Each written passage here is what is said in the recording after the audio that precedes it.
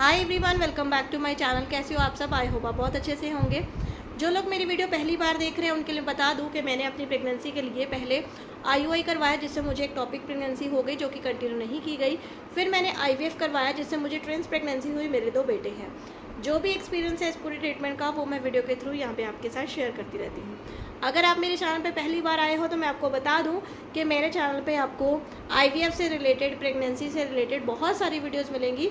तो ज़रूर इस वीडियो को देखने के बाद और भी वीडियो ज़रूर देखना, एक बार चैनल को देख के ज़रूर जाना। तो आज बात करने वाले हैं, काफ़ी ज़्यादा रिक्वेस्टेड वीडियो होती है ऐसी वाली। मुझे मैसेज आता है कि जब हम प्रेग्नेंट हो गए हैं तो हमें कौन कौन से काम कर लेने चाहिए और कौन से काम हमें नहीं करने चाहिए। देखिए, अगर चाहे आप नेचुरल कंसीव किया हो, चाहे आपने आईयूआई के साथ कंसीव किया हो, चाहे आपने आईवीएफ करवाया हो, प्रेगनेंसी तीनों की सेम होती है, सेम जर्नी हो सकती है। जो लोग नेचुरल कंसीव करते हैं उनको भी हाई रिस्क प्रेगनेंसी हो सकती है, उनको भी फुल बेड रेस्ट बोल सकते हैं डॉक्टर। और कई बार क्या होता है, आईवीएफ में भी प्रेगनेंसी जो है वो बहुत ही स्मूथ चलती है, किसी चीज़ की ज़रूरत ही नहीं पड़ती, यानी कि बेड रेस्ट की और कोई वॉमिट वगैरह की ज़रूरत ही नहीं पड़ती। बाहर जाना है या बैठना है? जाना ना, फिर जाओ। इसको शौक है कि मैं बैठूंगा, लेकिन बाहर चीज़ी मिल रही है तो वहाँ जाना भी ज़रूरी है। काके क्या करना है? क्या करना है? बैठना है ना, फिर बैठ जाओ 5 मिनट। तो आज मैं आपको बताती हूँ कि प्रेगनेंसी के बाद आपको क्या क्या काम कर लेने चाहिए। तो सबसे पहले, सबसे गृहिणी हम जो है, हम हाउस वाइफ हैं, सबसे ज़्यादा ज़रूरी होता है हमारा खाना बनाना। तो मैंने खाना बनाने के लिए कभी भी आपको मना नहीं किया है, आप खाना बना सकते हो। जब आप प्रेगनेंसी आपकी हुई है तो कई बार आपके सिम्टम्स ऐसे हो जाते हैं कि आपको काफ़ी ज़्यादा स्मेल आती है। कुछ लड़कियों को आटे की स्मेल बहुत ज़्यादा चढ़ती है, कुछ लड़कियों को तेल की चढ़ती है, कई बार हमें कुछ ऐसी सब्जी होती है उसकी स्मेल चढ़ती है, तड़के की स्मेल काफ़ी ज़्यादा चढ़ती है। तो ये किसी किसी के साथ होता है, ज़रूरी नहीं है कि सबके साथ हो। तो मुझे तड़के वड़के की कोई स्मेल वगैरह नहीं चढ़ती थी, मुझे ऐसी कोई प्रॉब्लम नहीं हुई। तो मैं रोटी बना सकती थी। तो मैंने 3 महीने तक तो सारा काम किया, मुझे कोई दिक्कत नहीं हो रही थी। हाँ, सफाई बर्तन मैंने शुरू से ही नहीं किए थे, तो वो नहीं करती थी। रोटी वगैरह मैं बना लेती थी। मुझे मेरे सिस्टर इन लॉज हैं काफ़ी ज़्यादा, मतलब मेरी जो इनकी कज़न्स हैं मेरे हस्बैंड की, उन्होंने मुझे कहा कि आप आटा मत गूंदिएगा। जैसे जब किसी को हम बताते हैं ना, तो वो कहते हैं कि प्रेगनेंसी में आप आटा, अगर आपको हुई तो आप बिल्कुल भी आटा मत गूंदिएगा। लेकिन ज़रूरत पड़ने पर मैं आटा गूंद लेती थी, लेकिन ये नहीं था कि मैं बहुत परात भर भर के आटा गूंदती थी।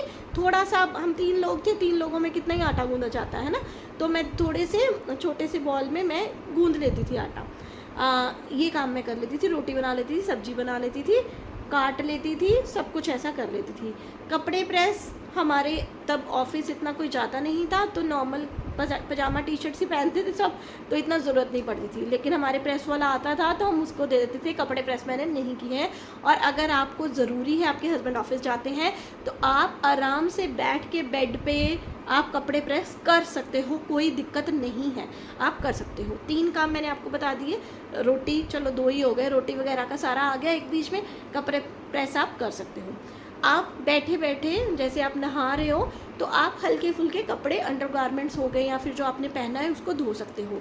कपड़े धोने के लिए तब मना किया जाता है जब आप बड़ी बड़ी चादरें धोते हो, जीन्स काफ़ी भारी भारी होती हैं, वो धोते हो, है ना। तो आप ज़्यादा भारी कपड़े पानी से ऐसे निचोड़ते हो आप, उसके लिए मना किया जाता है। वो काम आपको नहीं करना है, नो, वो आपको नहीं करना है। अगर आपकी फुली ऑटोमेटिक मशीन है तो आप कर सकते हो, कोई दिक्कत नहीं है। अब जिनकी फुली ऑटोमेटिक नहीं है, उनको होता है कि कितनी भारी चादरें या कितनी वो जो सेमी ऑटोमेटिक होती हैं, उसमें से निकाल के अलग से दूसरी साइड पे डालनी होती है, उसके लिए मना किया जाता है। तो आप इस चीज़ को ना कीजिएगा, है ना। तो कपड़े तो मैं शुरू से ही नहीं धोती थी, मेरे मदर इन लॉ ही धोते थे। हालांकि हमारे तब फुली नहीं थी, तब सेमी ऑटोमेटिक मशीन थी। जाओ फिर ले लो नम। लक्ष्य, यहाँ पे कोई नहीं आएगा। अच्छा, हेलो कर दो सबको, हाय, फ्लाइंग किस कर दो। चलो जाओ मेरे गुड बॉय, जाए। तो ये आप काम कर सकते हो। अगर आप जैसे आप ऑफिस करते हैं, आप अपने जैसे आजकल वर्क फ्रॉम होम चल रहा है, आप आराम से बेड पे बैठ के या फिर आप टेबल चेयर पे बैठ के अपना काम कर सकते हो। मैं आपको ये सजेस्ट करूँगी कि आप जो टांगे हैं वो लटका के ना बैठें, कंफर्टेबल हो जाए। आप जैसे लैपटॉप वाला जो टेबल आता है वो ले लीजिए और आराम से अपनी टांगे फैला के बेड के ऊपर पीछे बैग लगा के आप अपना काम कर सकते हैं। अब क्या हो गया, अब बंद है, खोलती हूँ।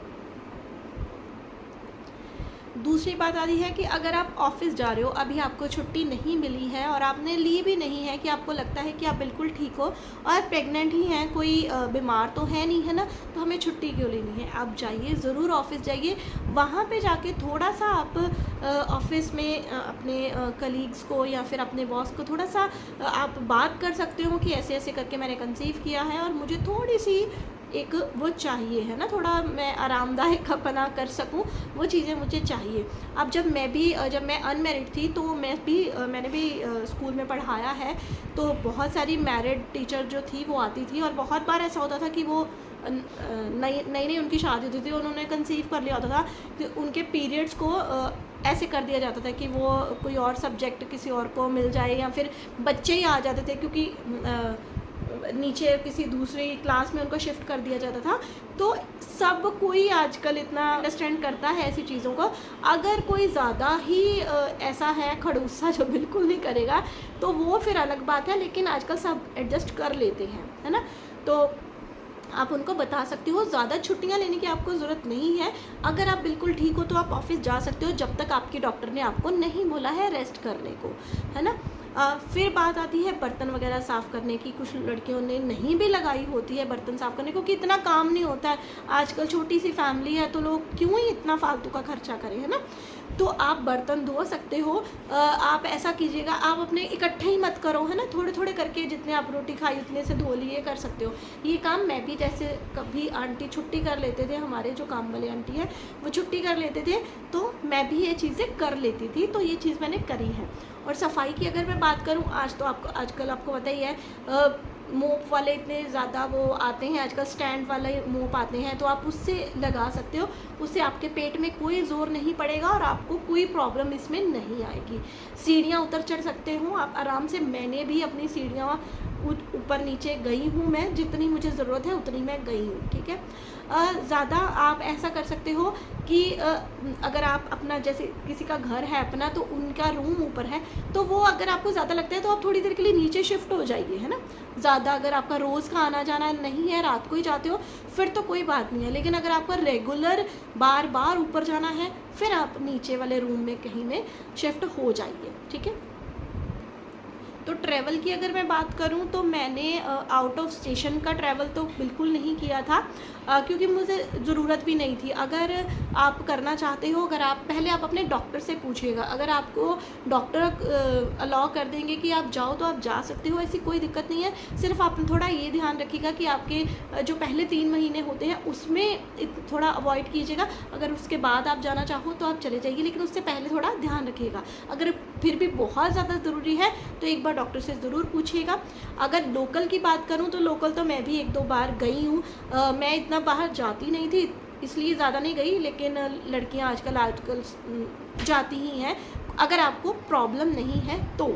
अब मैं आपको बताऊं कि मुझे लगता है कि मैं जब पहली बार हॉस्पिटल एडमिट हुई थी ना, तो उससे 1 दिन पहले मैं थोड़ा घूम फिर के आई थी, तो मुझे लगता है कहीं उसकी वजह से तो नहीं मुझे हो गया था। तो लेकिन ये बात कभी मैंने अपने चैनल पे बोली नहीं है, आज बात कर रही हूँ। जब मैं फ़र्स्ट टाइम 6 जुलाई को जब मैं एडमिट हुई थी, तो उससे 1 दिन पहले मैं सैटरडे को, मैं सैटरडे को ही एडमिट हुई थी, और मैं उससे पहले घूम के आई थी, मार्केट जाके आई थी, तो वो थोड़ा माइंड फ्रेश करने के लिए, वो घर बैठे बैठे बोर हो गई थी, तो मुझे लगता है कहीं उसकी वजह से तो नहीं मैं बीमार हो गई। पहली बार ये बात मैं बोल रही हूँ।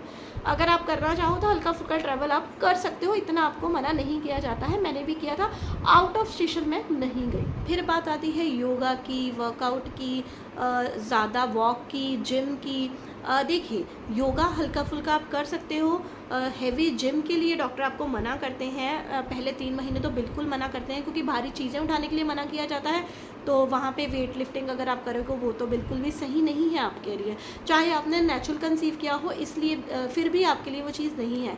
आपने देखा होगा, मुझे तो पता है, शायद आप लोगों ने भी देखा होगा कि ये जो है कृतिका मलिक, वो जो छोटे वाले हैं, थे उनका नाम कृतिका ही है ना, काफ़ी टाइम पहले की बात है, मेरी प्रेगनेंसी से पहले की बात है कि उनका ना मिसकैरेज हुआ था एक बार। तो मैंने भी वीडियोस में ही देखा था, रील्स में काफ़ी ज़्यादा वायरल हो रहा था। तो मैंने देखा कि क्यों मतलब उनका हुआ। तो वो प्रेग्नेंट थी और इतना ज़्यादा वो जिम कर रही थी, तो वो तो फिर मुसीबत को बुलावा देने वाली बात हुई। तो वो आपको नहीं करना है, वेट लिफ्टिंग बिल्कुल नहीं करनी है, जिम आपको बिल्कुल नहीं करना है। हाँ, हल्का फुल्का योगा और वॉक आप कर सकते हो। सबसे ज़रूरी बात लास्ट में यही है कि जो भी आपको आपकी दवाइयाँ और जो भी आपको इंजेक्शन्स मिले हैं उनको आपको टाइम पे लेना है। मैंने भी उसी के साथ, मुझे लगता है कि सिर्फ और जो दवाइयाँ और मेडिसिन मैंने जो इंजेक्शन थे उनको मैंने टाइम पे लिया है, उसी वजह से भगवान ने भी मेरी सुनी है। आपको भी अपनी मेडिसिन और इंजेक्शन्स को टाइम पे लेना है, उसके लिए आपको बिल्कुल भी बेपरवाह नहीं होना है। यही आपकी सक्सेस का राज है, यही आपको सक्सेसफुल करेगी, यही आपको बच्चा देगी। ये जो प्रेगनेंसी की दवाइयाँ होती हैं, ये हमारे बच्चे को आगे ग्रो करने में, हमारी प्रेगनेंसी को टिकाए रखने के लिए बहुत ज़्यादा ज़रूरी होती हैं। इनको आपको टाइम पे ज़रूर लेना होता है। तो ये सारी चीज़ें मैंने की, जो मैंने आपको बताई। आई होप मेरी इस वीडियो से आपको हेल्प मिली होगी। ये चीज़ें आपको ज़रूर करनी है जो मैंने आपको बताई हैं, इससे आपकी प्रेगनेंसी बहुत ही अच्छी जाएगी। भगवान करे, मैं हमेशा प्रार्थना करती हूँ कि आपको एक हेल्दी बेबी मिले। तो अगर ये वीडियो आपको पसंद आई है तो प्लीज़ वीडियो को लाइक शेयर ज़रूर करना, चैनल को सब्सक्राइब करना बिल्कुल मत भूलना। मिलती हूँ आपको अपनी अगली वीडियो के साथ, तब तक के लिए अपना ध्यान रखिए एंड बाय बाय।